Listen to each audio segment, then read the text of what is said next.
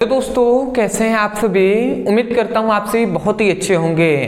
तो आज के इस वीडियो में हम पढ़ने वाले हैं क्लास 10th फिजिक्स का पहला चैप्टर जो है प्रकाश का परावर्तन तथा अपवर्तन। ये चैप्टर 1 है और इस चैप्टर का ये लगभग छठा वीडियो है। आज के इस वीडियो में हम बहुत ही इंपॉर्टेंट टॉपिक पे डिस्कस करेंगे जो है अपवर्तनांक। तो अपवर्तनांक किसे कहते हैं इसे हम समझेंगे। अपवर्तनांक के दो प्रकार होते हैं, निरपेक्ष अपवर्तनांक, सापेक्ष अपवर्तनांक। तो ये दोनों भी क्या होते हैं पूरा हम डिटेल में एक्सप्लेन करने वाले हैं। तो ध्यान से एक एक करके समझिएगा, आपको अच्छे तरीके से इसी वीडियो में समझ में भी आएगा प्लस याद भी हो जाएगा। वो कैसे, तो चलिए हम समझते हैं। देखिए सबसे पहली बात अपवर्तनांक आपको समझना है। अपवर्तनांक तभी आप समझ पाएंगे जब आपको पता होगा कि प्रकाश का जो परावर्तन है वो क्या है। जब परावर्तन समझेंगे तभी जाकर अपवर्तनांक आप समझ पाएंगे, ठीक है। या आप सिंपल में कहें तो परावर्तन और अपवर्तन दोनों चीजें आपको समझना पड़ेगा। मैं दूसरा एक पेज ले रहा हूं, ठीक है। यहाँ पे मैं थोड़ा सा प्रकाश का अपवर्तन आपको समझाने का प्रयास कर रहा हूं। यदि आप ये समझे हुए हैं, समझे हैं तो अच्छी बात है, नहीं समझे हैं तो थोड़ा सा ध्यान से समझेंगे, आपको समझ में आ जाएगा। ऊपर मान लेते हैं वायु माध्यम है और नीचे मान लेते हैं कांच है, ठीक है। वायु मतलब एयर और इसका मतलब वाटर। इतनी बात आपको समझ में आ रहा होगा। अब देखिए क्या होता है कि जैसे ही प्रकाश क्या होता है विरल माध्यम से, वायु क्या है एक विरल माध्यम है, कांच एक सघन माध्यम है। ये सब क्या होते हैं ये सब हमने डिस्कस कर लिया है पहले ही। तो देखिए जैसे ही प्रकाश क्या होता है एक माध्यम से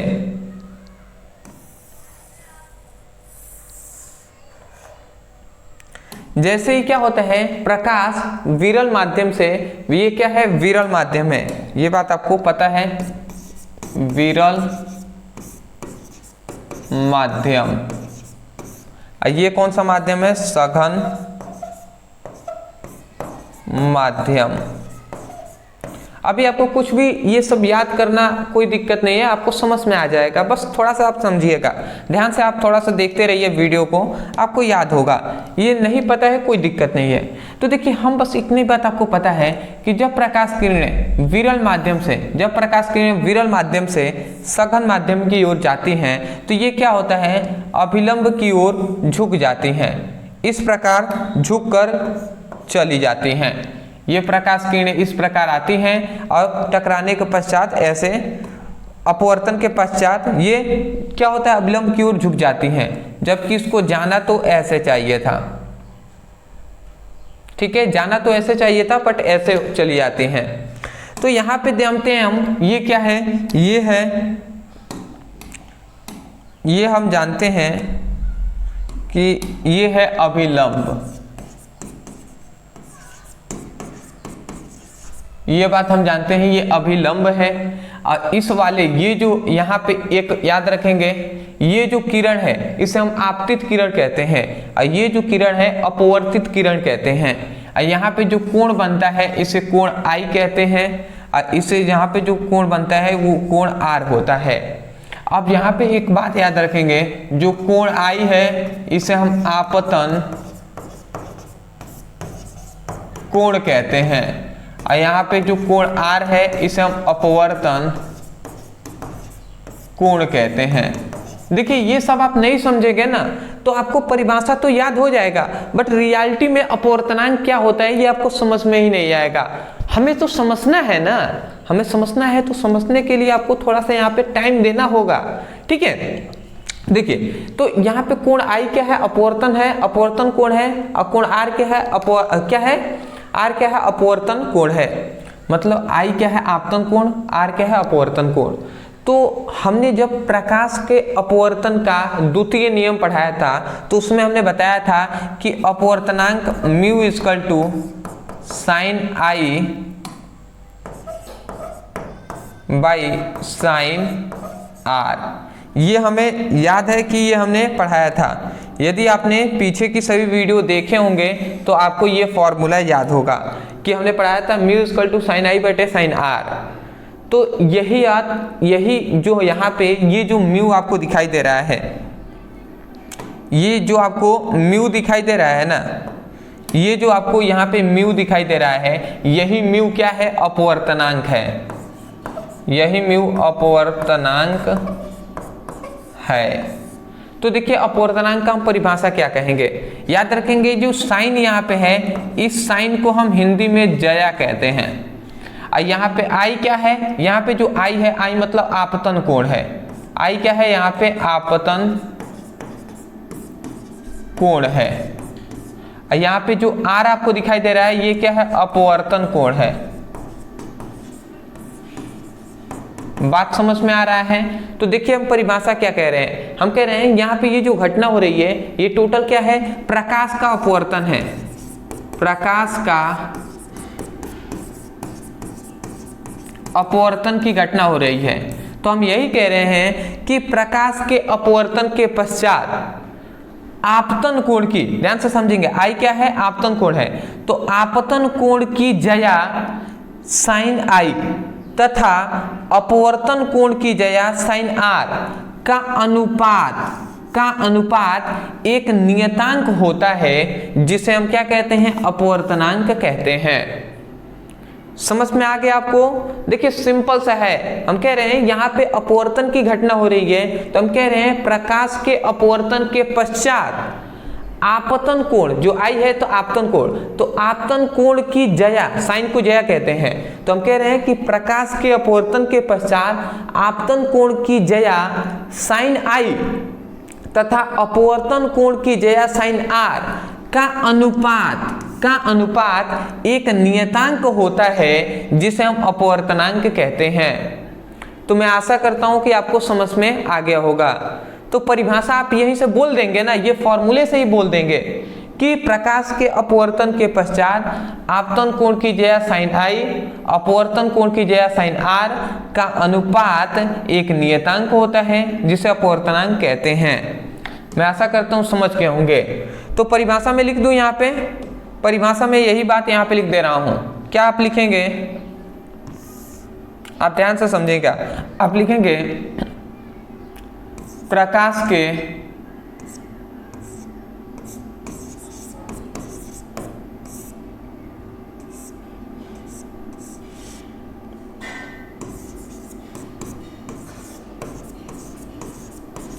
प्रकाश के अपवर्तन के पश्चात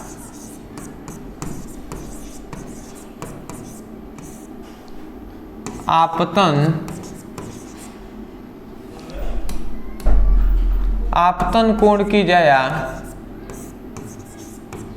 कोण की जया साइन आई, आपतन कोण की जया साइन आई तथा अपवर्तन कोण की जया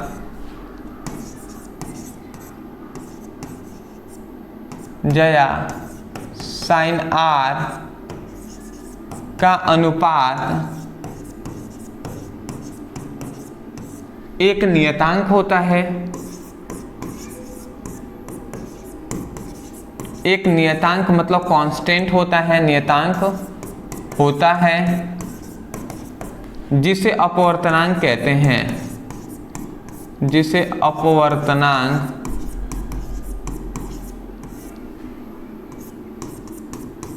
कहते हैं। तो ये हमने परिभाषा यहाँ पे लिख दिया अपवर्तनांक का, कि प्रकाश के अपवर्तन के पश्चात आपतन कोण की जया साइन आई, अपवर्तन कोण की जया साइन आर का अनुपात एक नियतांक होता है, जिसे अपवर्तनांक कहते हैं। इसका फॉर्मूला आपको पता है। इसका मैं फॉर्मूला पर यदि बात करूं तो याद रखेंगे, इसे हम, याद आप रखिएगा, इसे हम किससे प्रदर्शित करते हैं? इसे हम म्यू से या एन से भी प्रदर्शित करते हैं। म्यू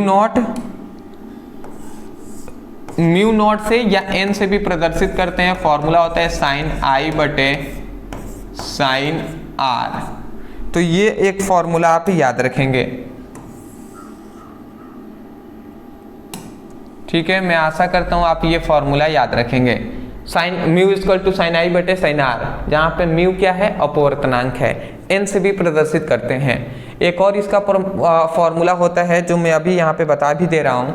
देखिए एक और फॉर्मूला इसका ये होता है कि mu equal to V1 minus V1 by V2। तो ये भी एक फॉर्मूला होता है जहाँ पे म्यू नॉट क्या है, अपवर्तनांक है, V1 क्या है, प्रथम माध्यम में प्रकाश की चाल है, और V2 क्या है, द्वितीय माध्यम में प्रकाश की चाल है। मतलब प्रथम माध्यम ये हो गया, सॉरी प्रथम माध्यम ये हो गया, द्वितीय माध्यम ये हो गया। तो इस माध्यम में प्रकाश की चाल V1 है, इस माध्यम में प्रकाश की चाल V2 है। तो इन दोनों का अनुपात भी क्या होगा, अपवर्तनांक कहलाता है। तो ये हमने लिख दिया है। मैं आशा करता हूँ अपवर्तनांक समझ में आ गया होगा। अपवर्तनांक के दो प्रकार होते हैं, एक होता है निरपेक्ष अपवर्तनांक, एक होता है सापेक्ष अपवर्तनांक। तो अब इनको हम समझ लेते हैं कि निरपेक्ष और सापेक्ष अपवर्तनांक क्या होते हैं।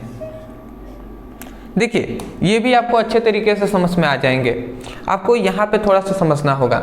देखिए हमने क्या यहाँ पे लिया है, अगर मैं इसको देखूँ अच्छे से आपको बताऊँ तो देखिए यहाँ पे अगर आप देखते हैं तो यहाँ पे हमने यहाँ पे वायु के सापेक्ष, यहाँ पे देखिए यहाँ पर ए है, ए मतलब एयर को हम ए ले लेते हैं। तो हमने वायु के सापेक्ष यहाँ पे क्या है, कांच है ना, तो कांच को ग्लास कहते हैं। तो ए ऊपर हमने लिया है, और ये क्या है, ये वाटर हमने नहीं लिया, कांच मतलब ग्लास हो जाएगा ना, ठीक है। देखिए नीचे हमने क्या लिया है, ग्लास लिया है। तो इसका मतलब क्या हुआ कि वायु के सापेक्ष हम कांच का अपवर्तनांक ज्ञात कर रहे हैं। तो हम यहाँ पे नीचे n, बीच में n लिख देंगे। तो देखिए ये जो हम पढ़ रहे हैं, a मतलब ऊपर a लिया है वायु, तो a हमने लिख दिया, a मतलब एयर है, वायु है, और g हमने नीचे लिखा है जो है कांच मतलब ग्लास लिख दिया है। नीचे n, बीच में हम n लिखे हैं, n के जगह पर आप म्यू भी नॉट लिख सकते हैं, कोई दिक्कत नहीं है। तो इसको हम क्या पढ़ेंगे, देखिए ये क्या है, एयर है, वायु है, तो इसको हम सापेक्ष कहते हैं। थोड़ा सा आप ध्यान से समझेंगे। और इस वाले को हम अपवर्तनांक कहेंगे।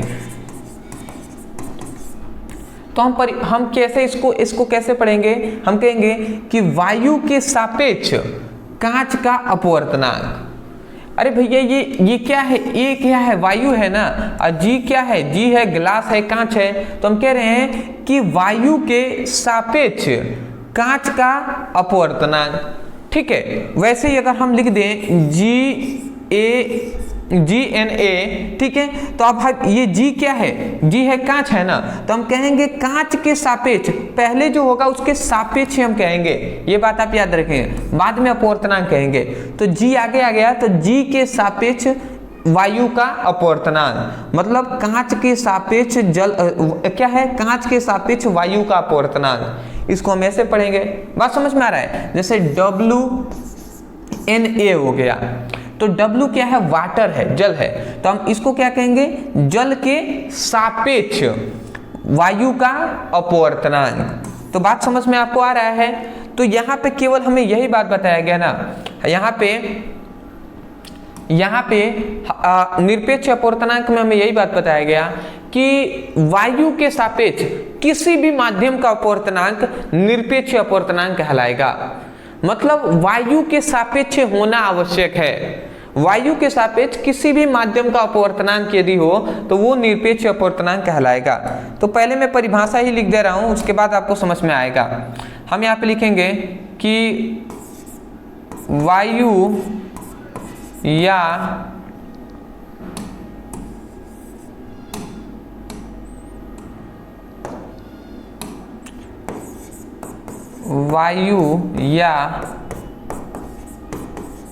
निर्वात के सापेक्ष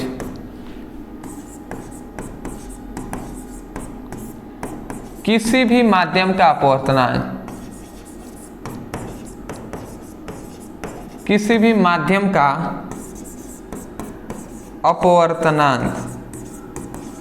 अपवर्तनांक क्या कहलाता है, निरपेक्ष अपवर्तनांक कहलाता है।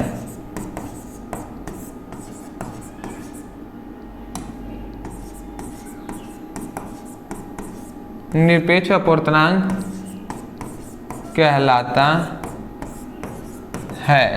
तो मैं आशा करता हूं आपको समझ में आ गया होगा। ठीक, देखिए हम क्या कह रहे हैं, वायु या निर्वात के सापेक्ष। हमने जैसे कि एग्जाम्पल से एक बार आपको समझाता हूं, तो देखिए ए है, ANG हमने लिख दिया, ये इसका एग्जाम्पल हो जाएगा। क्यों? क्योंकि हम देख रहे हैं वायु या निर्वात के सापेक्ष किसी भी माध्यम का अपवर्तनांक चाहिए। देखिए हम जानते हैं आगे जो होगा उसे हम सापेक्ष कहते हैं, आगे जो होगा उसे हम सापेक्ष कहते हैं, और जो पीछे होता है उसे हम अपवर्तनांक कहते हैं। ये बात हम जानते हैं। तो हम यही ना कह रहे हैं, ये क्या है, एयर है, वायु है, तो हम कह रहे हैं वायु के सापेक्ष कांच का अपवर्तनांक, यही ना कह रहे हैं जी। तो देखिए आगे भी इसमें क्या गया ना कि सापेक्ष है, हमें वायु या निर्वात को ही लेना है, तो हमने इसलिए वायु लिया है। ठीक है, दूसरा ANW हो जाएगा। ANW का मतलब कि वायु के सापेक्ष जल का अपवर्तनांक, तो ये भी क्या हो जाएगा, इसी का एग्जाम्पल हो जाएगा। बट याद रखेंगे ऐसा नहीं हो सकता है GNW, ये नहीं होगा, या W ना लिख के GNA लिख दें। तो अब इसको हम क्या कहेंगे, कांच के सापेक्ष, कांच जी मतलब ग्लास है, कांच है, तो कांच के सापेक्ष वायु का अपवर्तनांक, यही ना पढ़ेंगे। तो देखिए कांच के सापेक्ष आ गया ना, बट इसमें निरपेक्ष अपवर्तनांक में कहा गया है वायु या निर्वात के सापेक्ष ही लेना है। तो इसका मतलब ये जो होगा ये इसका नहीं होगा, ये इसका एग्जाम्पल नहीं होगा। तो मैं आशा करता हूं कि आपको जो निरपेक्ष अपवर्तनांक समझ में आ गया होगा। यदि कुछ ना समझ में आए तो ये बात आप याद रखेंगे कि आगे जो होना चाहिए वो हमेशा ए होना चाहिए, वायु होना आवश्यक है। यदि ए है तो वो निरपेक्ष अपवर्तनांक है, नहीं है नहीं है भैया निरपेक्ष अपवर्तनांक। दूसरा आता है सापेक्ष अपवर्तनांक। सापेक्ष अपवर्तनांक में जस्ट इसके अपोजिट बताया गया है। सापेक्ष मतलब कि वायु और निर्वात के अलावा, वायु या निर्वात के अलावा किसी माध्यम का सापेक्ष, किसी माध्यम का अपवर्तनांक क्या कहलाता है, सापेक्ष अपवर्तनांक कहलाता है। मतलब यहाँ पे हम एग्जांपल से ही सबसे पहले मैं आपको समझाऊं तो देखिए जैसे कि GNA,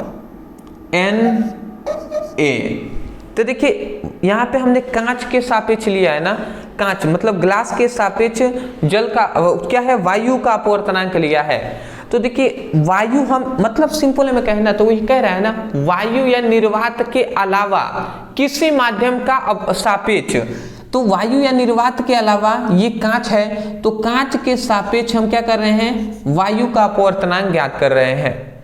तो ये क्या हो जाएगा, सापेक्ष अपवर्तनांक हो जाएगा।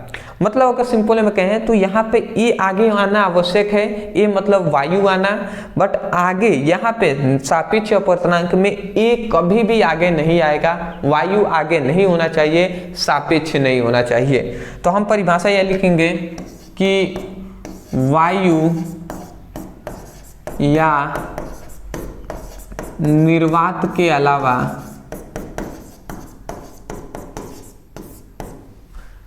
किसी, वायु या निर्वात के अलावा किसी भी माध्यम के सापेक्ष,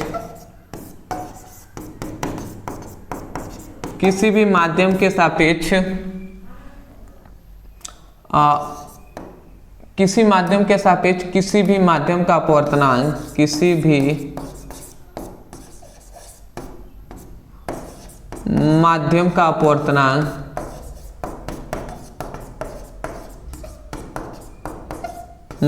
अपवर्तनांक क्या कहलाता है, सापेक्ष अपवर्तनांक कहलाता है। सापेक्ष अपवर्तनांक कहलाता है। तो मैं आशा करता हूं आप समझ गए होंगे। देखिए यहाँ पे कह रहा है वायु या निर्वात के अलावा, अलावा कह रहे हैं कि किसी माध्यम के सापेक्ष, किसी माध्यम मतलब वायु नहीं होना चाहिए, जल हो, कांच हो, ठीक है, ये सब हो सकते हैं, ठीक है, बट वायु या निर्वात ना हो।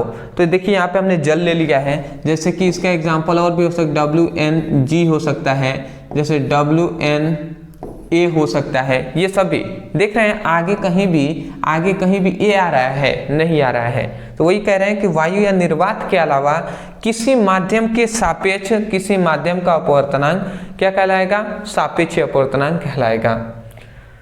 मैं आशा करता हूं कि आपको समझ में आ गया होगा। ठीक है, अपवर्तनांक के ये दोनों प्रकार। मैं यही कहूँगा, देखिए यदि आपको समझ में आया है तब जाकर वीडियो को लाइक कीजिएगा, चैनल पर नए होंगे तो चैनल को सब्सक्राइब कर दीजिएगा, क्योंकि हम आगे भी ऐसे ही कंटेंट आपके लिए प्रोवाइड कराते रहेंगे। मेरा लक्ष्य है आपको समझाकर याद कराना, न कि रटवाकर याद कराना। मैं आशा करता हूँ कि आपको यहीं से याद भी हुआ होगा। डिस्क्रिप्शन बॉक्स में लिंक है क्लास 10th फिजिक्स और केमिस्ट्री का, जाइए उस पर क्लिक करके अपनी बेसिक टू हाई पढ़ाई कीजिए। तो मिलते हैं एक नए टॉपिक के साथ, तब तक के लिए धन्यवाद।